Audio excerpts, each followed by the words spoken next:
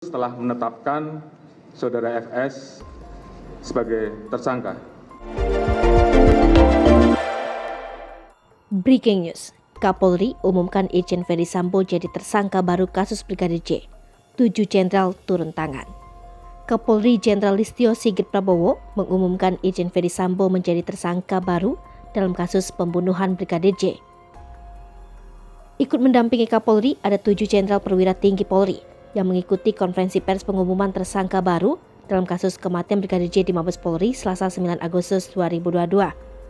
Mereka diantaranya Kapolri Jenderal Listio Sigit Prabowo, Wakapolri Komjen Gatot Edi Pramono, Irwasum Komjen Agung Budi Marioto, Komandan Korps Brimob Komjen Anang Raifandoko, Kabareskrim Polri Komjen Agus Andrianto, Kabain Telkam Polri Komjen Ahmad Doviri, dan Kadip Humas Polri Irjen Dedi Prasetyo.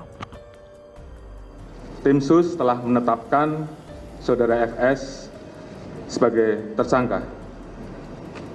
Terkait dengan pasal apa yang disangkakan dan proses penyidikannya nanti akan dijelaskan secara khusus oleh Pak Kabareskrim selaku tim penyidik dan juga beberapa hal yang memang akan dijelaskan oleh Pak Irwasum.